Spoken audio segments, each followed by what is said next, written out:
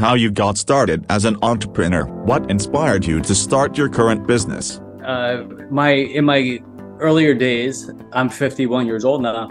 In my earlier days, in my 20s, I was a bit of a crazy party guy, and I used to be a skier and live in different mountain towns. But my life was kind of crazy. So actually, in a few weeks, I'll be sober 20 years, clean from drugs and alcohol. And when I stopped drinking and doing drugs, I realized being sober it's not about not drinking. It's about growing up and changing your life and becoming mature and responsible. And that took me a long time to understand. So that was in 2003. And in 2005, I started being a coach. So 18 years ago now. And I started teaching other people how to become sober and how to change their lives. And that's when I got into coaching, and it's been a really long ride, and it's gone in different phases. It's become a lot more popular, as you know, nowadays. And so the whole business has changed. That at its core, it's really about helping people navigate their lives and become better versions of themselves. How do you stay motivated and focused on your goals, especially during difficult times? Right. So so what I do now is, because I've been as a life coach for addiction recovery and alcoholism, it's a heavy world to be in. You know, sometimes they're not successful. Sometimes people die. People struggle throughout life. So it was getting kind of heavy. And over the years, I also had another very successful business where I sold, I had a multi-million-dollar rare coin and precious metal business, and that really changed my life. And I learned a lot about, business, sales, marketing, building brands, strategy, business strategy. And so over the years, what I found was I was helping people get sober and change their lives. But then I would teach them, when you do that, you have to create purpose in your life. You can't just stop drinking and doing drugs and then everything's perfect. You have to create new purpose. And so I started teaching people how to build businesses. And I was doing that as part of my other coaching. So what I realized was I can leave the world of addiction recovery behind. And now I just teach people how to build and scale their business. And I do that in a number of different ways. And what inspired me to do it the way I do now is because of my past and my coaching and psychology background. I'm able to help people who are stuck in their business, not only with strategy and marketing and sales and business development, but also how to become emotionally intelligent. So how to use their, which is really popular now, emotional intelligence.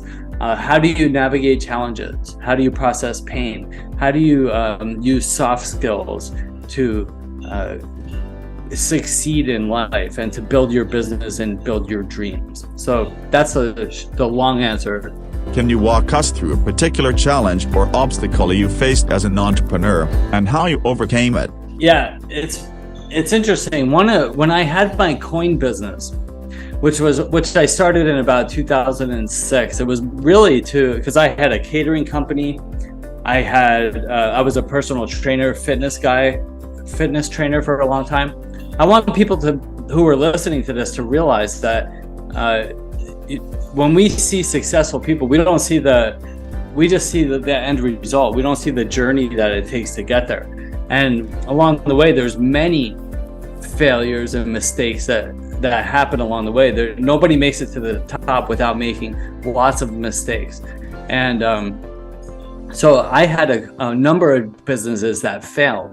And then I started my coin business. So when I was selling coins, I was selling on eBay, and I was selling a few $1 million a year on eBay. And that business took off. It was, I worked really hard, and I learned a lot about sales, and I learned a lot about customer service and web development and e-commerce and merchant accounts and all different aspects of business. But what I didn't learn was marketing. And the reason is because it was eBay. There's 100 million people on eBay. You don't need to know marketing. they do the marketing for you. So I eventually started my own coin business separate from them. But the thing was, and this was my big mistake, is that I thought it was like build it and they will come. I thought you just build a website and all these millions of people are going to come buy your stuff, but that's not how it works. You need to know marketing. And so I lost a lot of money. I did a lot of the wrong things. And eventually I realized I need to learn marketing. That was the missing piece of my business mind. So I got jobs at marketing companies. And that's where I learned about marketing strategy and brand building and consistency and building a cohesive brand. And that was one of the biggest lessons I learned, and the costliest lesson, a 6-figure mistake that I made that I carry into today. And one of the things that I help people realize right away when we start working is the importance and the value of building a solid foundational brand. What do you see as the biggest challenges and opportunities facing entrepreneurs today, and how do you think the landscape will change in the coming years? The biggest challenge that I think is competition and being unique, right? If we think about the current landscape, there's 5 billion active social media users. Okay, 5 billion. So if you break that down to potential clients for you, there's no shortage. There's really literally no shortage of potential clients. So if you start a business, there's a really good chance you can become successful if you know what you're doing, right? So currently, I mean, we're living in an amazing time right now. People complain about a lot of things, but the truth is there's never been a better time to be alive. And currently, you can go start a business. Like, isn't that amazing?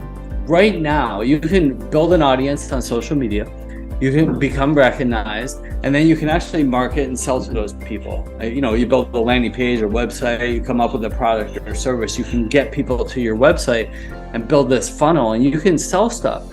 In the next I want people to realize this. In the next 5 or so years, maybe a little longer, maybe a little less, there's going to be rules, regulations, fees, license requirements, certifications, taxes. There's going to be a lot more restrictions to building your own business and building your own dreams than there are right now. Now is the best time to be alive. So if you don't know how to navigate this, I urge you to reach out to people who do know how to, so you don't make the same mistakes we have. But the biggest challenge, because there is no shortage of potential clients, but there's tons of competition. And I think that the biggest mistake people are making is that they're not being themselves. They're not being unique. You have to find a way to be unique, and the best way to do that is to be yourself. Like, we see somebody who's really successful, who's making 5 or 6 figures a month, or at least they say so on social media, and we're gonna say, okay, I'm gonna go be like them. So they copy them and they try to be somebody who they're not, and that ends up being the biggest mistake. And I've made that mistake. And that's why I know if you're not speaking your language, you're going to build an audience that doesn't relate to you. And then you're going to have a hard time selling your product or service. So that's the biggest challenge. I think the biggest challenge is not understanding strategy and branding, not having the right mindset, which is that emotional intelligence. When things don't go well, how do I react? Do I respond intelligently, or do I react emotionally? That's the training that I do with people, is really get focused and centered. Because if I'm not focused and centered, I'm unfocused and uncentered, and it's hard to move from that space and become successful. What do you think sets your business apart from others in your industry, and how do you maintain a competitive edge? Because I think that that's intimately related. I think that finding ways to communicate effectively and to understand the people you're talking with. I used to do a lot of sales training, and I still do. like when I do take on consulting roles. And one of the things we talked about is there's a couple different ways to approach it. But do you know about like the Myers-Briggs test, personality styles? So there's different personality styles, and the important thing, and this is how you build foundational relationships. You want to be able to speak the same language as the person you're talking to. So if you don't understand the person you're talking to, then it's really hard to get through to them. And it's like, if I don't understand who you are and the language you speak, it's like I'm speaking Chinese and you understand Japanese, and we're never going to understand each other. So what you want to be able to do is to identify the person you're talking with, their personality style. So this is a fun little tool we used to use. So in the Myers-Briggs test, there's dominant personalities. So there's these are the personalities. Like if you're coming from a sales perspective, you can say, all right, I want to go in and sell my product or service to this person. So if that's a dominant person, we call them eagles. And eagles are very dominant and demanding, right? And they're like, they don't want to talk about the weather or the sports game or any of that. They just like, what's in it for me? What's my bottom line? How much money can I make? And blah, blah, blah. I don't have time to talk to you, right? So that's an eagle. That's a dominant person. And then there are owls, and owls are very wise and conscientious. And you could talk to them about numbers and data and charts and figures and facts and letters and all that stuff. You can't bore them with that stuff. But if you tell all that stuff to an eagle, they're not going to listen. They don't care. They just want to know the bottom line. So then there's doves. And doves are very supportive and kind and calm and caring. And you could talk about family and the weather and how do you feel. And then there's parrots, and parrots just want to tell jokes and have fun and talk.